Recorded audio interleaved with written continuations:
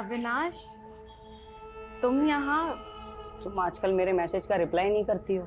वो एक्चुअली ना, मैं आजकल बहुत बिजी रहती हूँ, तुम्हें पता है ना मेरा स्केड्यूल कैसा है। तो पिछले 15 दिनों का शेड्यूल जानता हूँ मैं तुम्हारा। कब तुम मार्केट गई, कब तुम जॉगिंग के लिए गई, कब तुम अपने दोस्तों के साथ बैठ के दारू पार्टी की। अविनाश, तुम मेरे दोस्त होके ये सब कैसे कर सकते हो? दोस्त नहीं हूँ मैं तुम्हारा। अगर दोस्त होता ना तो ये तुम प्यारे प्यारे हार्ट वाले इमोजीज नहीं भेजती मुझे। कब खाना खाया कि नहीं खाया, ये कलर तुम पे अच्छा लगता है अविनाश, ये शर्ट पहना करो तुम, ऐसी बातें नहीं करती तुम शीतल मुझसे। अविनाश, तुम घर जाओ, मैं बाद में बात मैं जानता हूँ तुम पुलिस से पिटवाया तूने मुझे। 45 घंटे से चल रहे हॉस्टेज ड्रामे में वार्निंग खत्म होने में सिर्फ 3 घंटे बचे हैं। अब देखना ये है कि क्या पुलिस बचा पाएगी अवस्थी परिवार को। देखना ये है कि अंदर खड़ी एम्बुलेंस में अस्पताल में घायल जाएंगे या लाशें। और सुनिए, इंस्पेक्टर साहब कहाँ हैं? मुझे उनसे बात करनी है। अभी तो सुन रहा है ना? अभी मुझे माफ कर दे, मैं तुझसे नाराज नहीं हूं। वापस आजा बेटा, वापस आजा। सुना तुमने? हाँ? मेरे पापा मुझसे नाराज नहीं है, वो प्राउड है मुझ पे।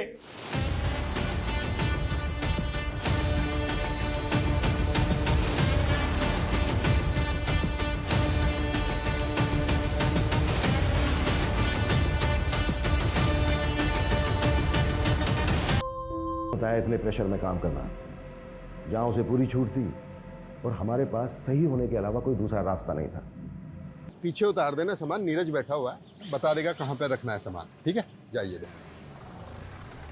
अरे सीमा बेटा कैसी है? मैं ठीक हूँ अंकल। कल आ रही है ना वैभव भैया की मेहंदी पे? आगरा का सबसे बढ़िया मेहंदी वाला बुलवाया मैंने।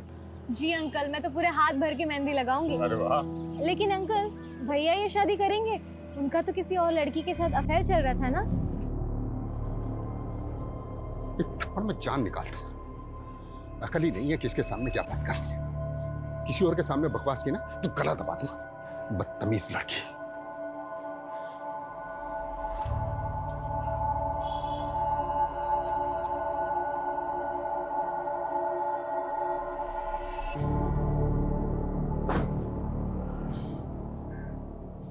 ये दुनिया साली घटिया लोगों से भरी पड़ी है। किसी को फर्क नहीं पड़ता कि सामने वाला कौन है, कैसा है। तू देखना सीमा, मैं क्या बनाऊंगा जिसपे सब अपने सीक्रेट शेयर करेंगे ना, तो भी उन्हें कोई जज नहीं करेगा। लेकिन तू ये ऐप के लिए पैसे कहाँ से लाएगा? अरे पैसा कौन सी बड़ी चीज है, कहीं ना कहीं कोई ना कोई तरीके से तो आ ही जाएगा पैसा। कहीं डाका वाका तो नहीं डालने वाला ना? वैसे इस बिल्डिंग में बहुत लोग हैं जो बहुत सारा पैसा दबा के बैठे हैं। अरे तू तेरा छोड़, मेरा सुन। मैं ना घर छोड़कर भागने वाली हूँ, सिर्फ आगरा से नहीं, कंट्री छोड़ के। वैसे भी यहाँ हमारा कुछ नहीं होने वाला। तो साथ में चलते हैं ना, मैं पैसे कमाऊंगा और तू उड़ाना।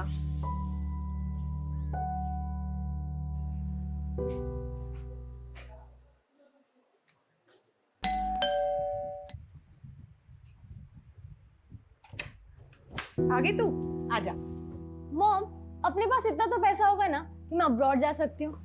अब्रॉड? तुझे तो पता है तू एमबीबीएस नहीं करी तो तेरे पापा कितने नाराज हो रहे हैं। और फिर अब्रॉड जाके करेगी क्या तू? माँ, कुछ ना कुछ तो कर ही लूंगी, अकेले रह लूंगी। वैसे भी इस घर में रह के मेरा कुछ नहीं होने वाला। देखा है मैंने आपको और पापा को। मुझे नहीं जीनी ऐसी फेक परफेक्ट लाइफ। अच्छा, क्या प्रॉब्लम है इस घर में? मुझे देख, मैं कितनी खुश हूँ। मॉम, अब थक नहीं जाती है फेक स्माइल करते करते? सॉरी माँ, लेकिन मैं आपको खुश करने के लिए झूठ नहीं बोल सकती। मैं सबके मुंह पे बोल देती हूँ, यही मेरी गलती है। क्या शॉपिंग चल रही है? पैसा पानी की तरह बाहर सुन, है। बाद में कॉल करती हूँ। सामने वाले घर में 2 दिन में शादी है और पटाखे मेरे घर में फूट रहे हैं। अरे इंसान पैसा कमाता क्यों है? अपने बच्चों के लिए, ताकि उनका फ्यूचर सिक्योर हो जाए। क्या हुआ पर ये देखो, किस पे इतना गुस्सा कर रहे हो? ये देख, गुस्सा ना करूं तो क्या करूं? ये देख क्या हो रहा है, अय्याशियां हो रही हैं, अय्याशियां। लेकिन पापा, ये सब मैंने नहीं खरीदा है। अरे बेटा, मुझे मालूम है तूने नहीं खरीदा है। तू तो मुझसे बिना पूछे 2 रुपए की चीज तक नहीं खरीदती। ये सब सीमा की करतूत है। बस पैसा आया उड़ा दो।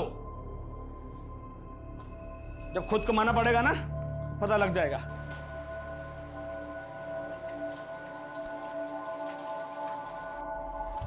दी यार, मैं तो भाग जाऊंगी यहाँ से। मुझसे नहीं होता अभी ये सब। कैसा घर है, कैसी फैमिली है, यहाँ सब एक दूसरे से अच्छा बनने का दिखावा करते हैं। दिखावा नहीं, एडजस्टमेंट कहते हैं इसे। और लाइफ में प्रॉब्लम से भागना कोई सोल्यूशन थोड़ी ना होता है। भागने वाले को कायर कहते हैं, पता है ना। प्रॉब्लम का सोल्यूशन चाहिए तो उसे फेस करो। दी यार प्लीज, ये बुक वाली थ्योरी मत शुरू करो। पूरी रील्स वाली फीलिंग आ जाती है। जो भी आ रहा है 10 सेकंड में ज्ञान बांट कर जा रहा है। अच्छा, वैसे तेरी रियल लाइफ स्टोरी क्या है? कहाँ जाने का प्लान है? सीक्रेट है, नहीं बता सकती। बता।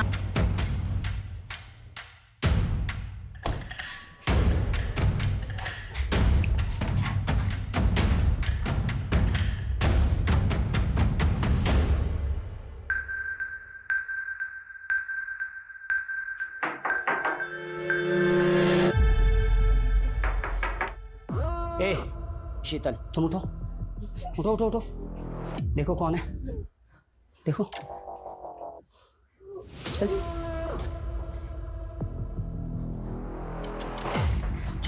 खोलो।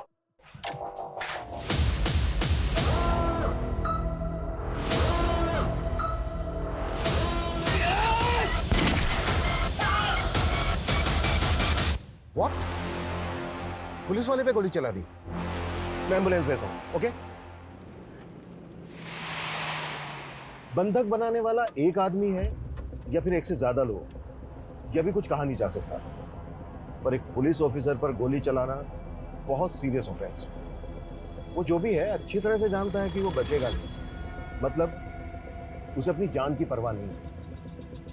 ये बंधक बने हुए लोग और पुलिस दोनों के लिए खतरनाक बात है, और ये बात मेरे काम को और भी मुश्किल करने वाली है। ये आदमी कौन है, इसका मकसद क्या है, क्यों जानबूझकर ये अपनी जान गंवा रहा है, ये कई ऐसे सवाल हैं जिनका हमें जवाब ढूंढना होगा। ये केस सिर्फ मेरी नहीं बल्कि कई लोगों की नींद उड़ाने वाला है।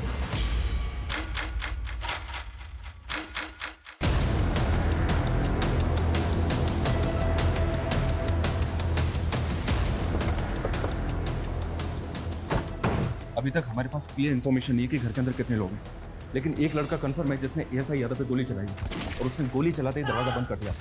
उस फ्लैट में रहता कौन है? सिंपल मिडिल क्लास फैमिली है सर। 4 लोग हैं।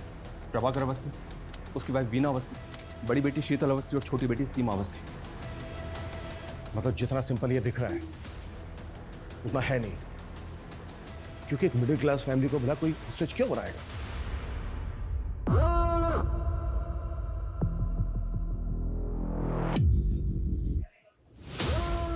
सही है, पुलिस भी आ गई। इनको भी सबक सिखाना था ना मुझे। तुम लोगों के साथ साथ इनका भी हिसाब कर दूंगा मैं। ओह,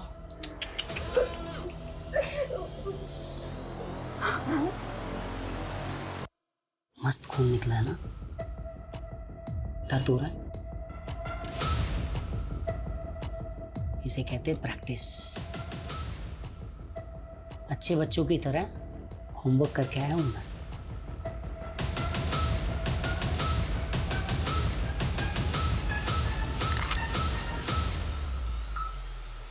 चार बचे हैं, तुम भी 4 बचना। फ्लैट में एक ही फैमिली के 4 मेंबर हैं और एक लड़का जिसके पास गन है। उसके साथ और कितने लोग हैं, उनके पास क्या क्या हथियार हैं, हमें कुछ नहीं पता, लेकिन हमें जल्द से जल्द पता लगाना होगा, तभी हम कोई एक्शन प्लान कर पाएंगे।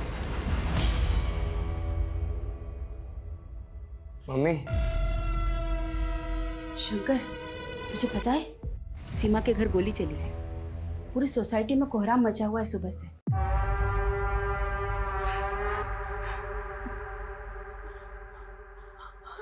चाहिए क्या तुम्हें? सब कुछ।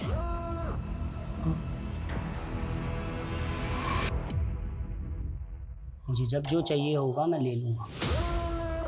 तू टेंशन मत ले, हम स्टेप बाय स्टेप बढ़ेंगे ना आगे।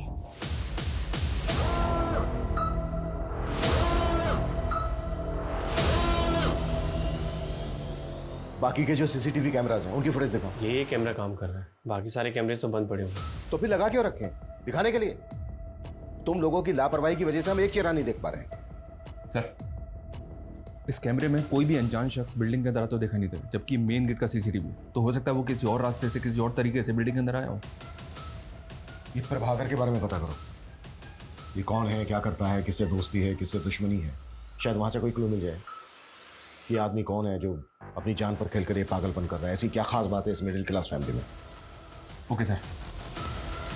देखिए, ऐसा कुछ खास अलग तो है नहीं। प्रभाकर थोड़ा स्ट्रिक्ट आदमी, और वीना भाभी तो बेचारी सबसे प्यार से मिलने वाली, हंसने बोलने वाली सिंपल सी औरत है। शीतल तो बहुत अच्छी लड़की है, परफेक्ट से भी परफेक्ट। सीरियल में भी ऐसी लड़की देखने को नहीं मिलेगी। वो तो भगवान का दिया हुआ आशीर्वाद है। लेकिन वो छोटी बहुत ही सनकी और बहुत ही बदतमीज। वो लड़की ना अपनी हरकतों और जुबान की वजह से सबको दुश्मन बनाती फिरती है। और भाई वॉरियर, दर्द हो रहा है?